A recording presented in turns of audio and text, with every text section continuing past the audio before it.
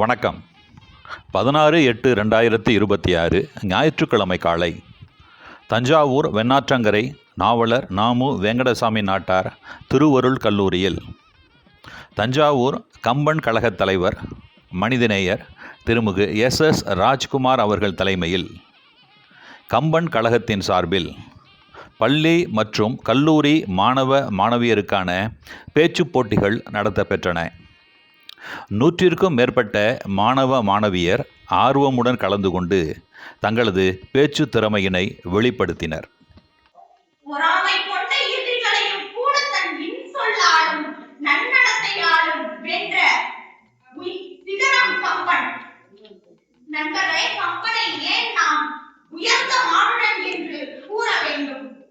பாவங்களை சுட்டரிக்கும் கொள்ளெடுத்து மானுடம் வாழும் நெறியெடுத்து ஒன்றே குலம் என்ற நன்னடத்தை விதையை விதைத்து மனிதன் இப்படித்தான் வாழ வேண்டும் என்று கவிதையில் செதுக்கிய மாபெரும் சிற்பி கம்பன்.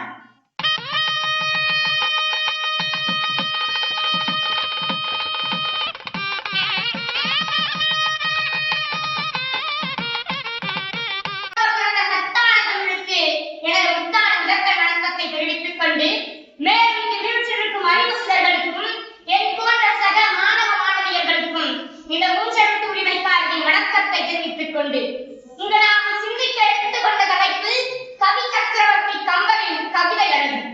தமிழ் இலக்கிய வழக்கில் எத்தனையோ கவிஞர்கள் விண்மீன்களாய் விழுகிறார்கள். இருப்பினும் நம் கம்பரையா அவர்கள் கதிரவன் போல் விழுகிறார் என்றால் அது மிகையாகாது. அதனால் தான் அவரை கல்வியில் பெரியவர் கம்பன், சம்பன் வீட்டு கட்டுத்தரையும் கவிப்பாடும் என்றெல்லாம் நம் முன்னோர்கள் அவரை தலையில் தூக்கி வைத்து கொண்டாடுகிறார்கள். நண்பிற்கினியவர்களே, கம்பன் வீட்டு கட்டுத்தரையும் கவிப்பாடும் என்றால் அவரின் சமையலறை பாத்திரங்களும் ஏன் வாயில் கதவுகளும் சந்தரடை பாடியிருக்கும் அல்லவா? அதனால் நான் முதலே கூறுகிறேன், கம்பரின் கவிதை அழகு என்று. கம்பரினுடைய கவிதை சொற்கள் என்பது வெறும் எழுத்துகள் அல்ல, அது இசையாய் ஒளிரும் அருவி. கம்பர் என்பவர் ஒரு காட்சியை கண்ணுமே கொண்டு வந்து நிறுத்துவதில் வல்லவராம். கோசல நாட்டினுடைய நதியின் பெருக்கத்தையும் வெள்ளப்பெருக்கையும் வர்ணிக்கும் பொழுது அங்கு ஓடிய சரையு ஆற்றை ஒரு உயிரோட்டமுள்ள பெண்ணாக வர்ணிக்கிறார், சித்தரிக்கிறார். எனக்கினியவர்களே, தாதூது சோலை தோறும் செண்பக காடு தோறும் கோதமிழ் பொய்கை தோறும் புதுமணல் கிடங்கள் தோறும் மாதவி பண்கள் தோறும் சண்முக துறைகள் தோறும் ஓதிய உடம்பு தோறும் உயிரென உச்சதென்றே. இதன் பொருள், ஒரு உயிர் பல உடல்களில் கலந்து உலகுவது போல சரையு நீர் கோசல நாட்டினுடைய ஒவ்வொரு சோலையிலும் பொய்கையிலும் பரவி பாய்கிறது என்கிறார்.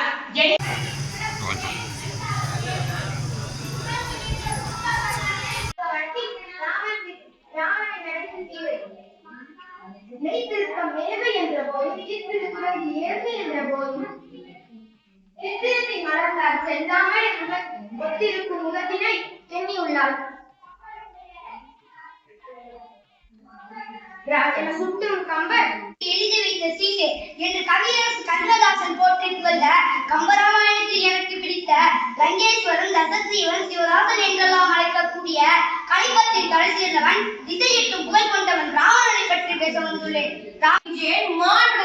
மாண்பில் தன்மானத்தில் பெரியவன் என் கவி சக்கரவர்த்தி கம்பன். இத்தகைய உயரிய புகழுக்குரிய கவி சக்கரவர்த்தி கம்பனின் பெருமையை கம்பன் என்றொரு மானுடன் என்ற தலைப்பில் சொல்கோர்ந்த சுவை சேர்த்து இலக்கிய விருந்தளிக்க வந்துள்ளேன். ஒரு கவிஞன் கவிதை எழுதலாம், ஒரு புலவன் இலக்கியம் படைக்கலாம், ஒரு அறிஞன் அறிவை பதிவு செய்யலாம். ஆனால் ஒரு மனிதன் மனதை படித்து அதை 1000 ஆண்டுகளுக்கு பிறகும் நம்முடைய மனமாக உணரச் செய்ய முடியுமா? முடியும் என்று நிரூபித்தவர் தான் கம்பர். அதனால் தான் தரப்பட்டிருக்கும் தலைப்பு கம்பன் என்றொரு மானுடன். கம்பன் என்றொரு மானுடன் வாழ்ந்ததும் என்ற வரிகள் மகாகவி பாரதியார் இயற்றிய சுயசரிதை என்னும் நீண்ட கவிதை தொடரில் இடம்பெற்றுள்ள புகழ் பெற்ற வரிகள்.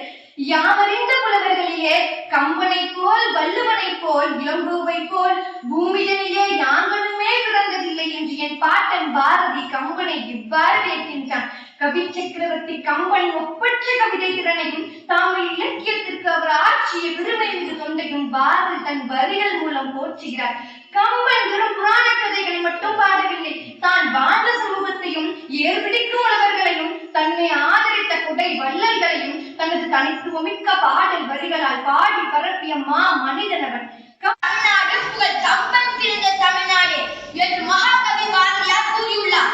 அத்தகைய புகழ் மிக்க தமிழ் மண்ணில் பிறந்தே தமிழ் மொழியின் பெருமையை உலகறிய செய்த மாபெரும் கவிஞன் கவி சக்கரவர்த்தி கம்பன்.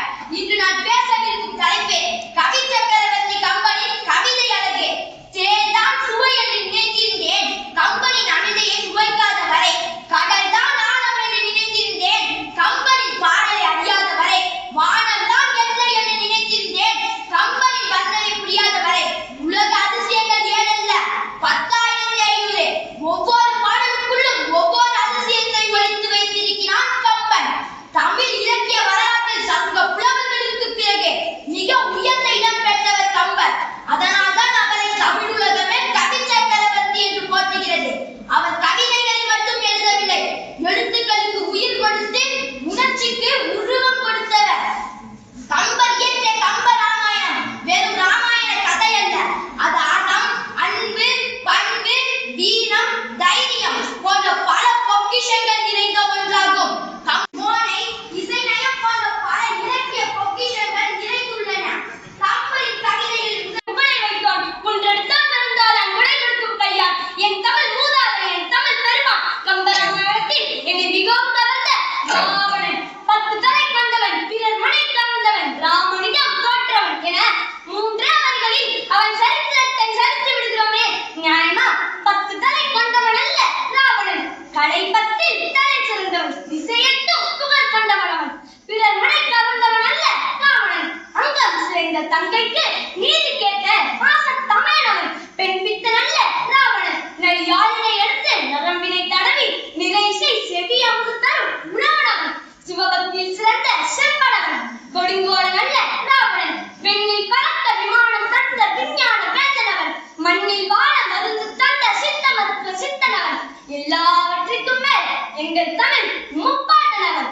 ராமன் ஆண்டால் என்ன, ராவணன் ஆண்டால் என்னவா? ராவண ராஜ்யம் தெரியுமா? கம்பனில் இருந்தே சொல்கிறேன்.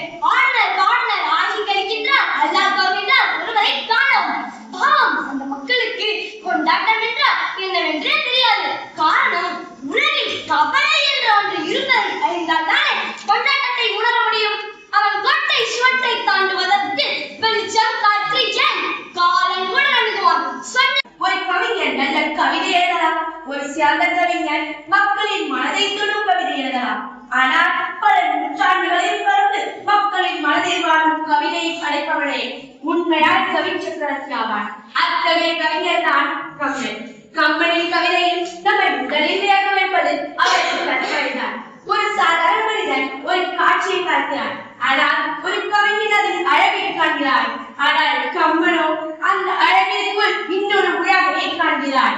இயற்கையை பார்த்தாலும் கவிதை, மனிதனை பார்த்தாலும் கவிதை, வீரத்தை பார்த்தாலும் கவிதை, துயரத்தை பார்த்தாலும் கவிதை, அன்பை பார்த்தாலும் கவிதை. இதுதான் கம்பனின் தனிச்சிறப்பு. கம்பனின் கவிதையில் இயற்கைக்கு மிகப்பெரிய இடம் உண்டு. மலர்கள் வளர்கின்றன, ஆறுகள் ஓடுகின்றன, மலைகள் உயர்ந்து நிற்கின்றன, பறவைகள் பறக்கின்றன. ஆனால் கம்பன் அவற்றை வெறும் பட்டியலாக கூறுவதில்லை, அவற்றுக்கு உயிர் கொடுக்கிறார். அதை பார்க்கும் பொழுது நம் கண்களுக்கு முன்னே அந்த காட்சி தோன்றும் அளவிற்கு வர்ணிக்கிறார். அதனால்தான் கம்பனின் இயற்கை வர்ணனை என்பது வெறும் இயற்கை வர்ணனை மட்டுமல்ல, அது ஒரு ஓவியம்.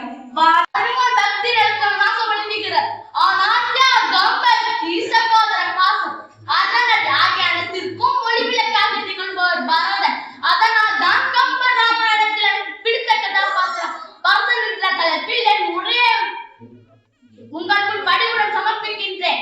கையை நீட்டந்து கணவர் தசரதனிடம் விட்ட 2 வரங்களால் ராமன் 16 ஆண்டு வனவாசம் செல்கிறார். ராமன் திருவீதியிடம் தங்காமல் உடலம் குன்றி தசரதன் இறந்து விடுகிறார்.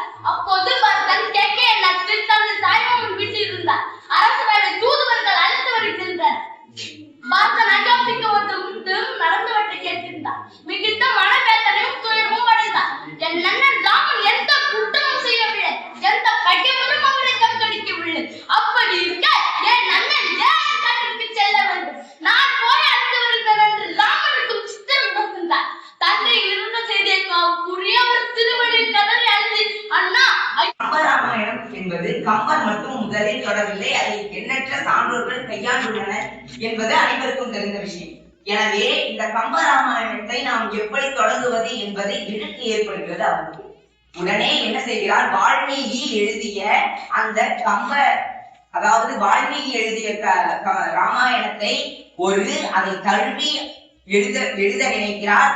திருப்பானாழ்வாரையும் திருமங்கை ஆழ்வாரையும் நம்மாழ்வாரையும் ஒற்றி எடுத்த அடிகள் போல தன்னுடைய மானசீக ஆசிரியர்களாக வைத்துக் கொண்டு அந்த கம்ப ராமாயணத்தை கம்பர் துவங்குகிறார்.